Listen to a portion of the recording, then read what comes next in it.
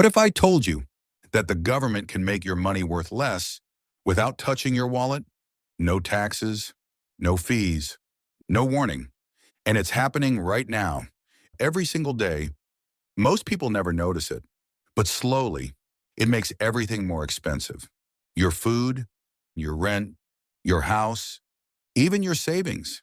This hidden force is called inflation, and behind it are two powerful tools that shape the entire economy: money printing and interest rates. In this video, I'll explain how the entire economy works in the simplest way possible. Inflation simply means prices going up over time. For example, a few years ago, you could buy snacks for $5. Today, the same $5 buys much less. It feels like money is shrinking. And in a way, it actually is. Let's understand this with a simple example. Imagine an island with 10 people and 10 pizzas. Each person has $10. So naturally, one pizza costs $10. Everything is balanced. But suddenly, the government prints more money. Now every person has $50.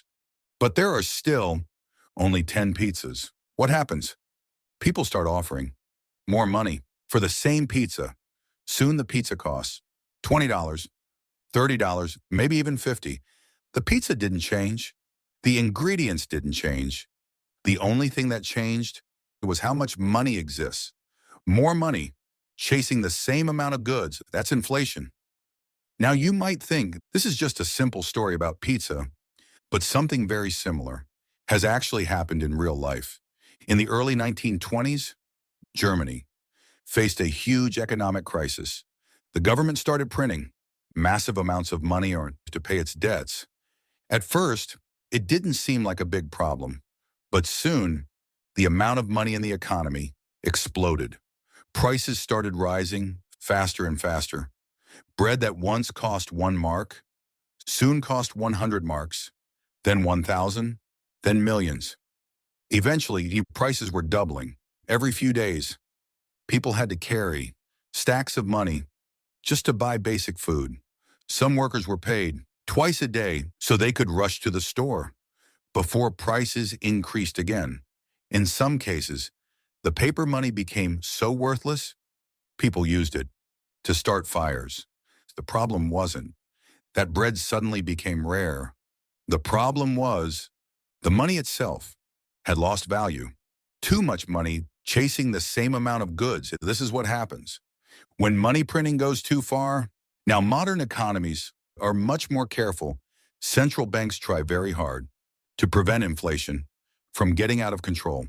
But there's one more thing that affects inflation: how fast money moves. Economists call this the velocity of money. And this is why printing money does not always create instant inflation. Imagine the government prints $100.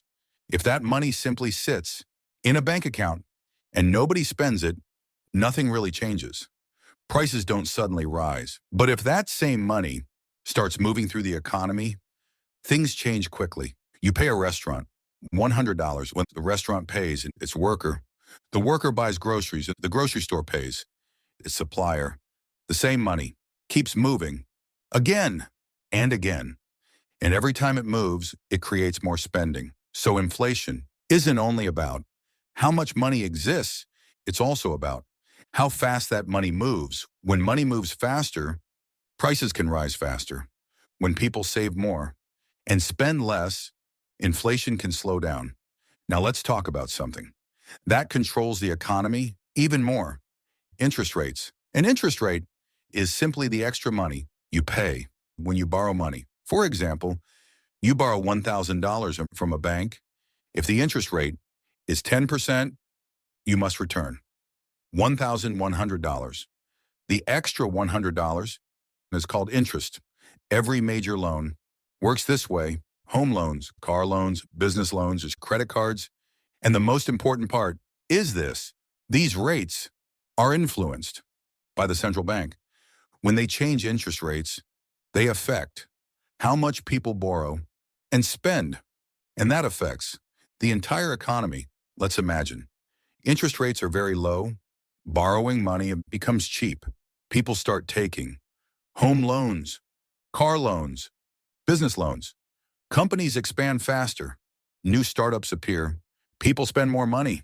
At first, well, this feels great. The economy grows quickly. But there's a hidden problem. All that extra borrowing means more money is flowing into the economy, and when too much money flows too quickly, prices start rising, inflation begins to accelerate.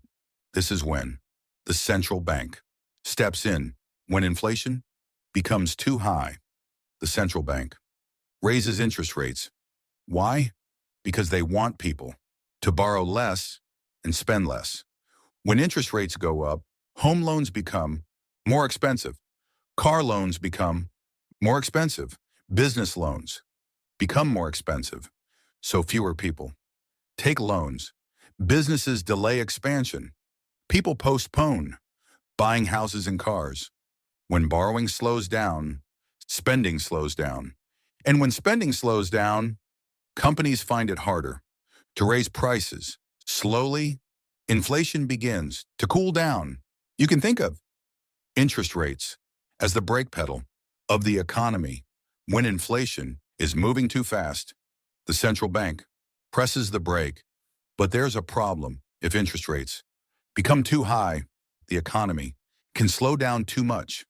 Businesses stop expanding. Companies stop hiring. People stop buying houses and cars. Spending drops sharply. And sometimes this can even trigger a recession. A recession means the economy shrinks instead of growing. Companies make less money. Unemployment rises. And people become more cautious with spending. So central banks are always trying to find the perfect balance. Not too fast, not too slow, just stable. The economy usually follows a cycle. When the economy slows down, governments print money. Interest rates stay low.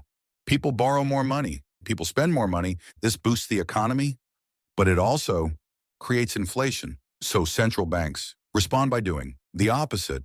They raise interest rates. Borrowing slows down. Spending decreases. This helps cool inflation. Eventually, the cycle begins again. You might think the best solution would be zero inflation. But surprisingly, most economists believe a small amount of inflation is actually healthy for the economy. A little inflation encourages people to spend and invest money instead of saving everything. Businesses grow faster, companies invest in new ideas, and the economy continues to expand. That's why most central banks try to keep inflation low and stable, not completely zero. So the next time you hear on the news, interest rates increased, or the government printed more money, you'll know exactly what it means. They are trying to control inflation and keep the economy stable. And now you understand something that most people never learn in school. Money doesn't just buy things. Its value is constantly changing, depending on how much of it exists and how fast it moves through the world. Thanks for watching. If you enjoyed this video and learned something new, consider subscribing for more simple explanations about money and the economy.